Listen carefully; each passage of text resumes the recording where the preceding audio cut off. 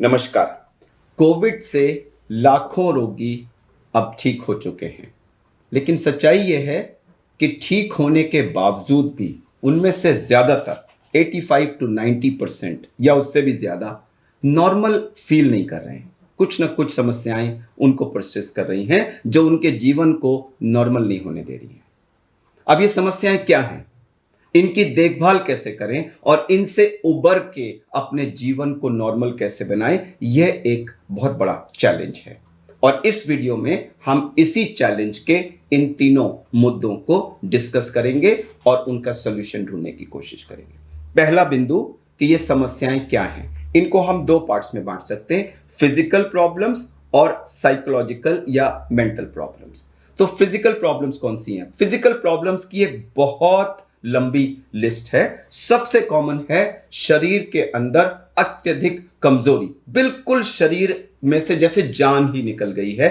उसके अलावा तरह तरह के दर्द हो रहे हैं, सर में दर्द, गले में दर्द, छाती में दर्द, पेट में दर्द, मसल्स में दर्द, जॉइंट्स में दर्द, खांसी परसिस्ट कर रही है, सांस किसी किसी की फूल रही है, किसी की हार्ट रेट बहुत तेज चल रही है, किसी की हार्ट रेट अचानक कम हो जाती है, किसी को डायरिया परसिस्ट कर रहा है, किसी को पेट में दर्द परसिस्ट कर रहा है, किसी को जोड़ों में दर्द हो रहा है, किसी को पैरों में जलन की फीलिंग होती है, भूख खत्म हो गई है। ये सारी एक लंबी लिस्ट है फिजिकल प्रॉब्लम्स की। और इससे ज्यादा लंबी लिस्ट है साइकोलॉजिकल यानी मेंटल प्रॉब्लम्स की। मेंटल प्रॉब्लम का मतलब ये नहीं कि वो मेंटल पेशेंट बन गए, लेकिन साइकोलॉजिकल इश्यूज है। क्या है? सबसे बड़ा है एक डर।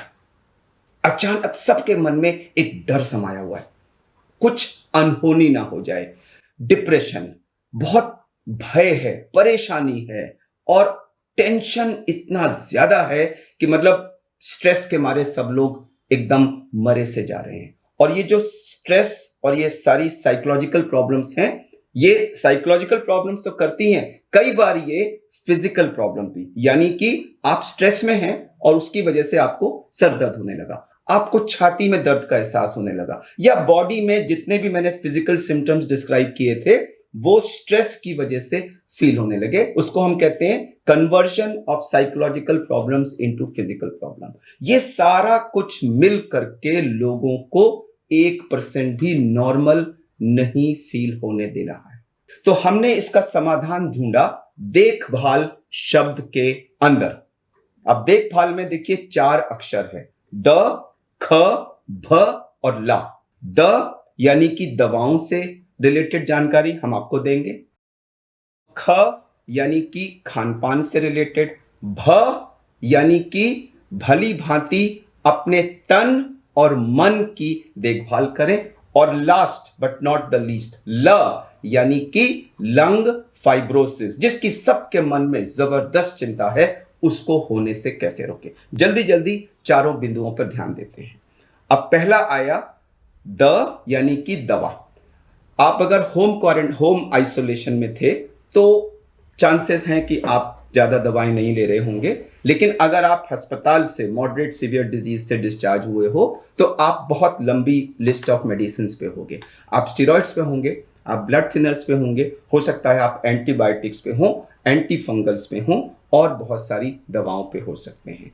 स्टेरॉइड्स एक बड़ी डेंजरस मेडिसिन है और उनको शीघ्र बंद किया जाना चाहिए। तो अपने डॉक्टर की सलाह से सबसे पहला स्टेरॉइड्स को जल्दी से जल्दी टेपर करके बंद करें। एक दूसरा, ब्लड थिनर्स यूजुअली डिस्चार्ज के बाद 2 या 3 हफ्ते तक लिए जाते हैं, अनलेस कि आपको कोई क्लॉटिंग की प्रॉब्लम हुई हो, जब फिर उसको लंबे समय तक दिया जाता है। यह फैसला भी अपने डॉक्टर की सहमति से करें। यूजुअली डिस्चार्ज होने के बाद आपको लॉन्ग टर्म एंटीबायोटिक्स की जरूरत नहीं है, तो उनको भी जल्दी से जल्दी बंद करें और अपने आप एंटीबायोटिक्स का सेवन ना करें। आजकल लोग फंगस से डरे हुए हैं, बहुत से लोग एंटी फंगल्स का इस्तेमाल कर रहे हैं। कृपया किसी भी एंटी फंगल, एंटीवायरल या किसी ऐसी मेडिसिन का अपने आप सेल्फ सेवन ना करें। ये सब केवल डॉक्टर के निगरानी में ही दी जाती है। जब आप घर पे आ गए हैं तो आपको निगरानी किस किस की रखनी है? 3 चीजों की निगरानी रखनी है। सबसे पहला, अपना टेम्परेचर।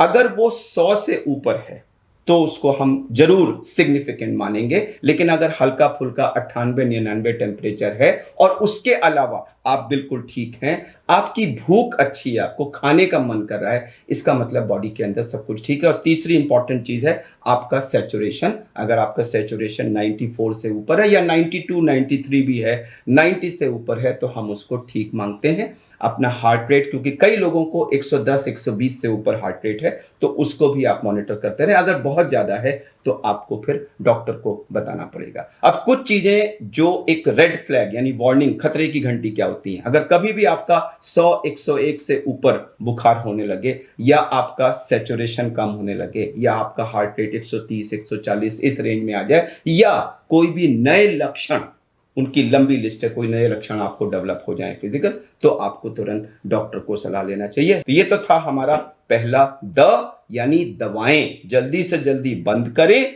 और अपने को नॉर्मल महसूस करना शुरू करें। अब दूसरा आया ख, यानी खान पान। रोगियों को इस दौरान जरूर वेट लॉस हुआ होगा। आपको वो वेट वापस गेन करना है, तभी आपकी स्ट्रेंथ वापस आएगी। उसके लिए आपको हाई प्रोटीन डाइट की जरूरत है। जो लोग मांसाहारी हैं वो मांस, मछली, मीट वगैरह ज़्यादा से ज़्यादा मात्रा में खाएं। अंडा खाते हैं तो 2-3 एग्स ले लें, या फिर पनीर लें, सोयाबीन की प्रिपरेशंस लें, मिल्क प्रोडक्ट्स लें। जो राजमा, चना और दालें हैं, ये भी वेजिटेरियंस के लिए अच्छे प्रोटीन के सोर्स हैं।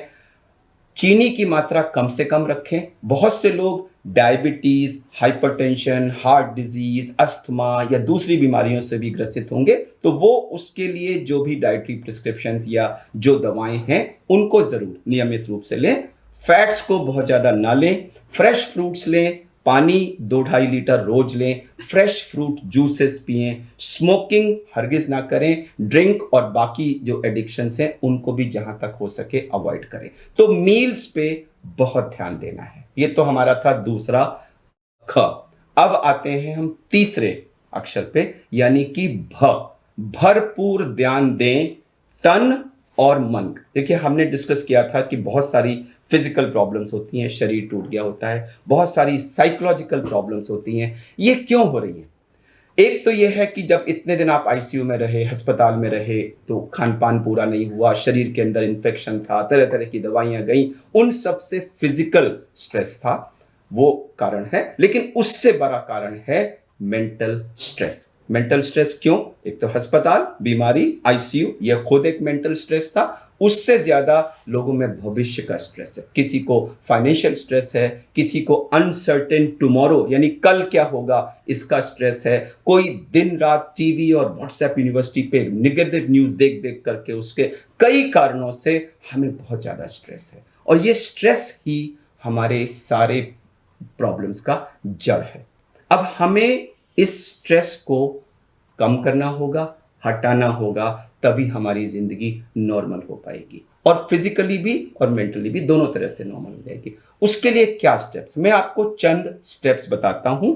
सबसे पहला जो अहम बिंदु है वो ये है कि वास्तविकता को स्वीकारें और सही कदम लेना शुरू करें। कृपया इस बात को समझ लीजिए कि 2021 के बचे हुए महीनों में जो हमारे सोशल डिस्टेंसिंग और बाकी कोविड एप्रोप्रिएट बिहेवियर के नॉर्म्स हैं वो यहीं रहने वाले हैं, और हमको उनके दायरों के अंदर ही अपनी जिंदगी बिताना सीखना है, कम से कम इस साल के लिए।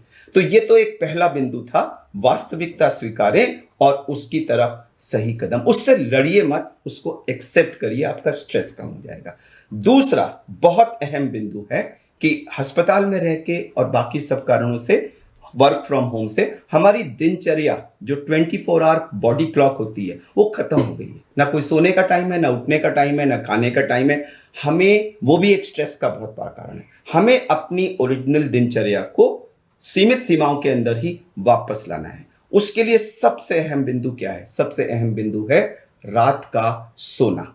तो सबसे पहला स्टेप है कि आप अपनी स्लीप साइकिल को रिस्टोर करिए। कैसे न कैसे 10-11 बजे तक बेड पे चले जाइए। यह स्ट्रेस को रिड्यूस करने का बहुत बड़ा माध्यम बनेगा। तो सबसे पहला step, restore your sleep cycle. सुबह उठने के बाद मॉर्निंग की दिनचर्याओं से फ्री होके सबसे पहले एक्सरसाइज करिए। तो 30 से 40 मिनट का व्यायाम करिए, उसके बाद अपना नाश्ता वगैरह करिए और उसके बाद 10 से 15 मिनट कुछ रिलैक्सेशन या मेडिटेशन। अब देखिए, रिलैक्सेशन और मेडिटेशन की बहुत सारी टेक्निक्स अवेलेबल है जो आपको सूट करता है, लेकिन 10-15 का मिनट का रिलैक्सेशन और मेडिटेशन बहुत बहुत जरूरी है। एक चीज जो बहुत यूजफुल है वो ये है कि हम लोगों को बहुत सारे एडिक्शंस लगे हुए हैं, किसी को खाने का, किसी को म्यूजिक का, किसी को टीवी का। ये सब नेगेटिव एडिक्शंस हैं। हमें अपनी जिंदगी का स्ट्रेस कम करने के लिए कोई मीनिंगफुल एंगेजमेंट और पॉजिटिव एडिक्शन ढूंढना है। पॉजिटिव एडिक्शन मतलब कोई ऐसा कार्य जिससे भला हो रहा हो दूसरों का, आपका, और उसमें अगर आप मन अपना लगा देंगे तो उससे आपको स्ट्रेस बहुत कम हो जाएगा। नेक्स्ट बिंदु आता है कि हम इस लॉकडाउन वगैरह के समय में लोगों से बहुत दूर हो गए हैं। हमें हर समय सोशल डिस्टेंसिंग के लिए, एक्चुअली ये सोशल डिस्टेंसिंग गलत वर्ड है, इसका सही वर्ड है फिजिकल डिस्टेंसिंग। हमें लोगों से फिजिकली तो दूर रहना है, लेकिन मन को एक दूसरे के पास करना है। जब कोरोना होता है तो हम कहते हैं डोंट मिक्स, आइसोलेट करो, लेकिन उससे रिकवरी के लिए जरूरी है कि हम लोगों के साथ मिक्स करें। अपने जो आपके फियर्स हैं, जो आपके मन में डर हैं, जो आपकी दुख हैं, जो समस्याएं हैं, उनको दूसरों से साझा करिए। बहुत अच्छी सेइंग है कि problem shared is problem halved and sometimes problem solved. आपने अगर अपनी समस्या दूसरों से डिस्कस की, हो सकता है वो एक आपको कुछ सोल्यूशन दें, कुछ आपको सुझाव दें, आपसे कहें नहीं आप अकेले नहीं हो, मैं आपके साथ हूं। उससे आपका स्ट्रेस कम होगा। एक बहुत इंपॉर्टेंट चीज है कि हमारी टीवी पर, व्हाट्सएप पर बहुत ज्यादा नकारात्मक चीजें आ रही हैं, तो कृपया अपने को उन नेगेटिव न्यूज से दूर रखें। संगीत सुने, जो आपकी हॉबीज है उसमें ध्यान दें, नेगेटिव से अपने को सकारात्मक सोच की तरफ। यह रिसर्च ने शो किया है कि जो लोग सकारात्मक सोच रखते हैं वो नकारात्मक सोच रखने वालों के मुकाबले 7 से 10 साल ज्यादा जीते हैं, सक्सेसफुल रहते हैं, ज्यादा खुश होते हैं और ज्यादा सफल रहते हैं। तो प्लीज इस नेगेटिव माहौल में भी अपनी सोच को सकारात्मक करिए। इससे आप अपना, अपनी फैमिली का, सोसाइटी का और पूरे देश का, सबका भला करेंगे, सबका स्ट्रेस कम होगा। अब पूरा एक और पॉइंट आया कि इस समय बहुत सारी चीजें ऐसी हैं जो हमारे कंट्रोल में नहीं है। कहीं लॉकडाउन लग रहा है, कहीं ऑफिस बंद हो रहे हैं, कहीं कुछ हो रहा है। हम इस सब को रिएक्ट करते हैं, उससे परेशान होते हैं, दुखी होते हैं, और वो भी हमारे स्ट्रेस बढ़ने का एक बहुत बड़ा कारण है। तो एक चीज जान लीजिए कि हालात आपके बस में नहीं है, लेकिन हालात को आपने रिस्पॉन्ड कैसे किया वो तो आपके बस में है। तो प्लीज हालात के साथ समझौता करिए और ये जानिए कि आप अकेले नहीं हैं, पूरी दुनिया इन हालात से गुजर रही है। अगर आप ऐसा समझ लेंगे और आपकी सोच उसके अनुसार ठीक हो जाएगी, तो याद रखिएगा आपकी सही सोच में आपके स्वास्थ्य की कुंजी है। तो अगर आप सही सोच रखेंगे, हालात को समझ के अपने रिस्पॉन्स को ठीक रखेंगे, तो वो हेल्दी होने की तरफ एक बहुत बड़ा कदम होगा। अब हम आए आखिरी बिंदु पे, यानी कि देख भ ल यानी कि लंग फाइब्रोसिस। ये एक ऐसा शब्द है जिससे सारे लोग थर्राए हुए हैं। लंग फाइब्रोसिस का सबको डर है। मैं आपको बताऊं लंग फाइब्रोसिस क्या होता है। जब हमारे लंग्स में स्वेलिंग होती है, निमोनिया होता है, तो वो सूज जाते हैं। बॉडी में कहीं भी अगर सूजन हो, चोट लगे, तो जब हीलिंग होती है तो वो ऐसे थोड़ा सा कॉन्ट्रैक्ट करती है। हीलिंग के टाइम टिश्यूज ऐसे सिकुड़ते हैं। उसी को जब लंग में होता है तो वो जो ऐसे फूले हुए लंग हैं ये ऐसे सिकुड़ने की कोशिश करते हैं, उसी को हम फाइब्रोसिस कहते हैं। लंग का इन्वॉल्वमेंट कोविड के हर पेशेंट में होता है, एसिम्प्टोमेटिक, माइल्ड, मॉडरेट, सीवियर, सब में।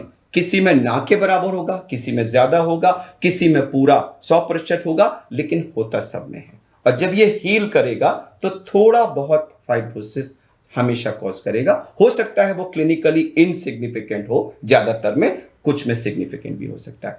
तो इसके लिए हम क्या करें? देखिए, इसके लिए कुछ दवाएं हैं जो मैं यहां डिस्कस नहीं करूंगा, आपके डॉक्टर्स आपको बताएंगे, लेकिन मैं उन 3-4 दवाइयां हैं, मैं उन दवाइयों के बारे में ये बता दूं कि पहली बात तो दुनिया में किसी भी ट्रायल ने अभी तक ये नहीं शो किया है कि उन दवाओं को कोविड में लेने से फाइब्रोसिस को रोका जा सकता है। एक दूसरी जो बीमारी पहले होती थी जिनमें फाइब्रोसिस होती थी, उनके नॉलेज को यहां पर यूज किया जा रहा है कि शायद वो वहां हेल्प करती थी तो यहां भी हेल्प कर देंगी, लेकिन वहां भी किसी ने ये नहीं शो किया है कि वो हो चुकी फाइब्रोसिस को रिवर्स कर देती हैं या फाइब्रोसिस को सिग्निफिकेंटली रोक देती हैं। तो मैं उनके यूज के खिलाफ नहीं हूं, वो आप अपने डॉक्टर की सलाह से लें, लेकिन मैं इतना जरूर कह दूं कि उनका रोल डाउटफुल है। लेकिन एक चीज जिसका रोल बिल्कुल डाउटफुल नहीं है वो है ये जो फाइब्रोसिस हो रही है, ये एक मैकेनिकल प्रोसेस है, लंग ऐसे श्रिंक कर रहे हैं। इस मैकेनिकल प्रोसेस को हम अगर मैकेनिकल प्रोसेस से ही अपोज करें तो वो एक बढ़िया सॉल्यूशन है, और वो प्रोसेस है गहरा सांस लेना और सांस खींच के उसको जितनी देर हो सके रोक के रखना, यानी deep breathing and breath holding, जिसको हमने कोविड के पेशेंट्स में पहले भी करने के लिए कहा था और लाखों लोगों को उसको करने से फायदा हुआ है। यही चीज अगले 6 महीने, और ये जो फाइब्रोसिस का प्रोसेस है ये करीब करीब 6 महीने तक चलेगा। 6 महीने के अंत तक पूरी फाइब्रोसिस हो सकती है, ज्यादातर होने को 1 साल तक भी चल सकती है। अगर अगले 6 महीने हम लोग नियमित रूप से अपने लंग्स को ऐसे फुलाते रहें और फुला के उनको रोकते रहें, और हम अपना ब्रेथ होल्डिंग टाइम 30 सेकंड से ऊपर रखें, तो लंग्स इतने अच्छे फूल जाएंगे कि उस पर इस फाइब्रोसिस का कोई क्लिनिकली सिग्निफिकेंट इफेक्ट नहीं होगा। जिस दिन आपका ब्रेथ होल्डिंग टाइम 30 सेकंड से ऊपर आ गया, आप फाइब्रोसिस से अपने को बिल्कुल मुक्त समझ सकते हैं। कई लोग पूछते हैं ये हम आगे ज्यादा से ज्यादा कितनी बार देर तक कर सकते हैं। एक व्यक्ति ने कहा कि मैं 2 मिनट तक रोक सकता हूं, तो मैं आपसे विनती करूंगा कि 1 मिनट से ज्यादा कतई रोकने की ना कोशिश करें, उसकी जरूरत नहीं है और उससे नुकसान हो सकता है। 40 सेकंड से ऊपर तो एक्सीलेंट है, 30 to 40 बहुत अच्छा है, 30 से कम है तो आप कोशिश करके उसको 30 को पार करने की कोशिश करिए। हार्ट डिजीज के पेशेंट्स इसको प्लीज माइल्डली करें, क्योंकि उनको फिर नुकसान हो सकता है, उनको ऐसा नहीं करना है। बाकी सब लोग कर सकते हैं। 2-3 बार अगर आप 10-15 मिनट के सेशंस गहरा सांस खींच के रोकने का कर लेंगे तो इससे लंग्स आपके इतने सुदृढ़, इतने अच्छे हो जाएंगे कि फाइब्रोसिस उसको अफेक्ट नहीं कर पाएगी। हमें विश्वास है कि इस जानकारी के साथ आप इन समस्याओं से उबर करके अपने जीवन को वापस नॉर्मल ला पाएंगे। नमस्कार। नमस्कार, मैं हूं मानक गुप्ता।